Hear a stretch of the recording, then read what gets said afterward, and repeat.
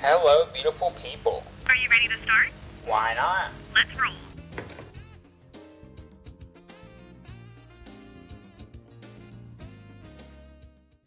Hello, beautiful people. Welcome back to another episode of Digital Activism. This one is a little bit different, and as you can see, in a different space. I am back in my room. Long story short, the other office is not at my home, and with Lily, my producer, being a college student, working a job and doing an internship, she cannot be here as often as she was, especially over the summer.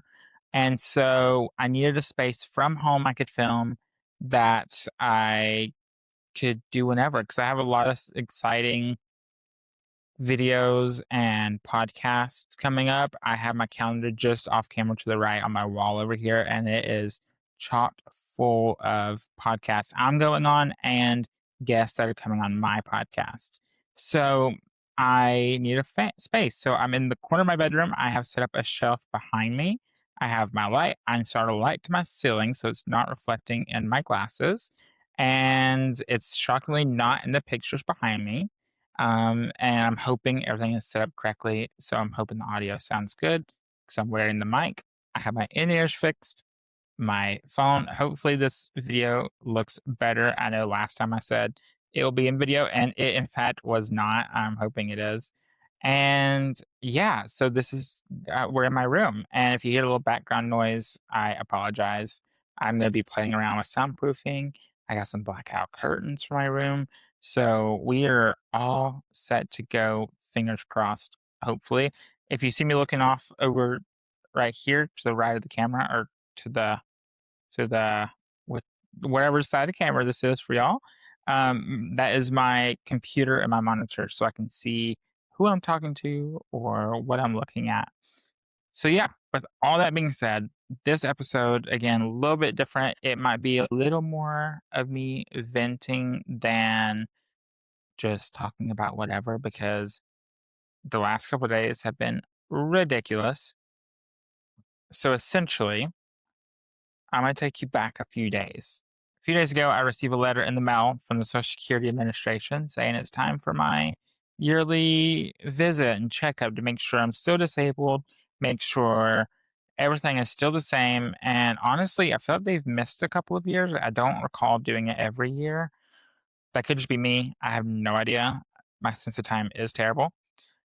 And it was still addressed to my mom, and so and it said, let's see, the wording was something like, "Please see the next page or bottom of this page for information that you need and proof that you need come time for our meeting." And our meeting was going to be a phone call. They scheduled it. I did not get a choice, and it's going to be your mom's phone. And I looked; there was no information to be found on the paper, on the back of it, on the next page at the bottom. Nowhere does it say the information and proof of, I guess, disability and address and income and all that I need. Like, nothing was there.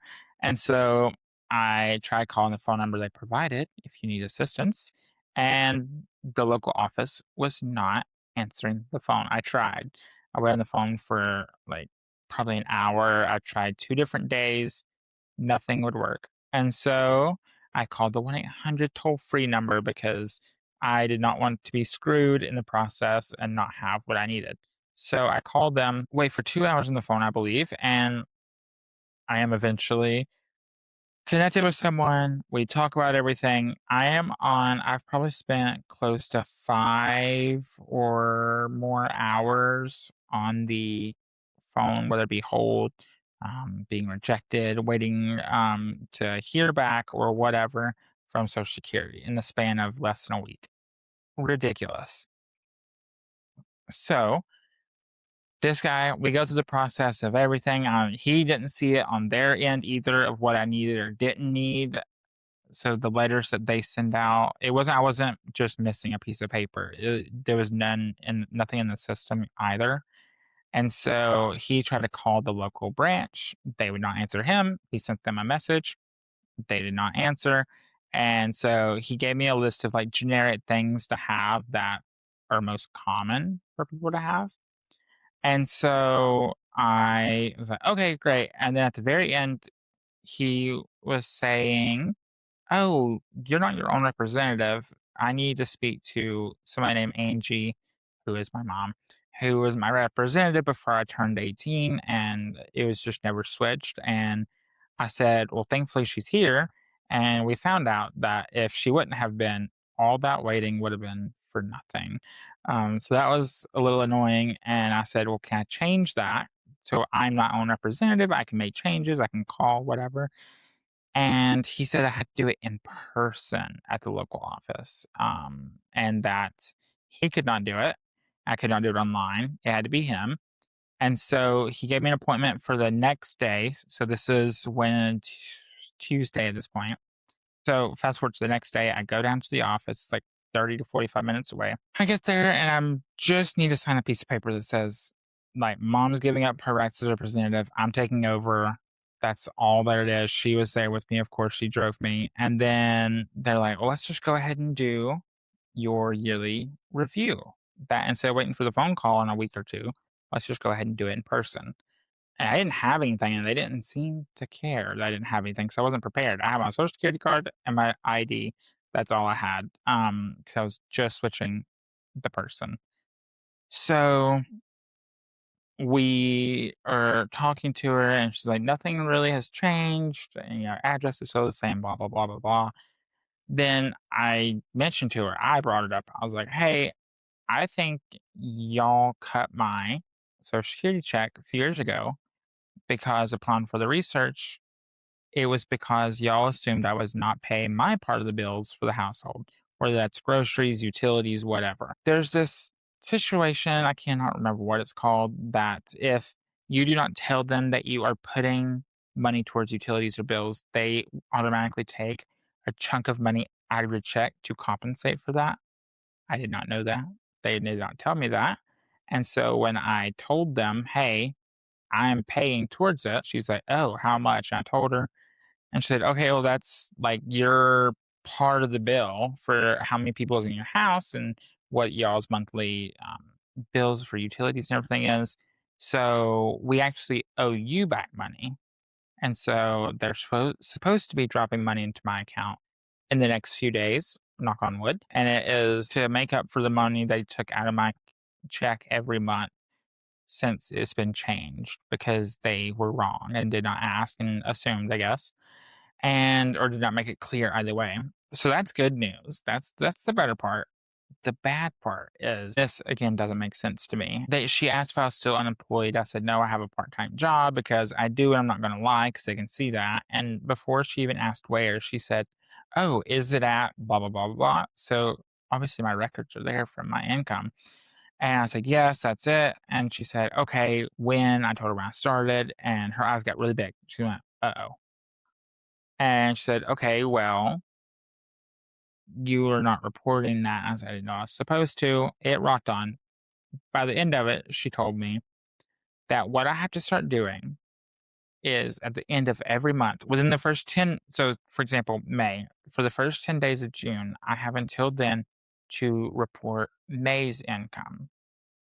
Then that income will determine how much I get from them in July. So it's 2 months ahead. And that's how it works consistently. So I have to look at all my income and push it, push it forward. For the next 2 months is how they'll determine it.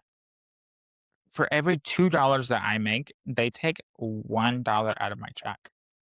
And so I'm fully transparent with money. It does not bother me. My check right now, before anything, after the cost of living increased in 2026, my check was around 660 something dollars. And so now, with that adjustment of me paying my part of the bills, it would go up. Don't know to what, didn't specify.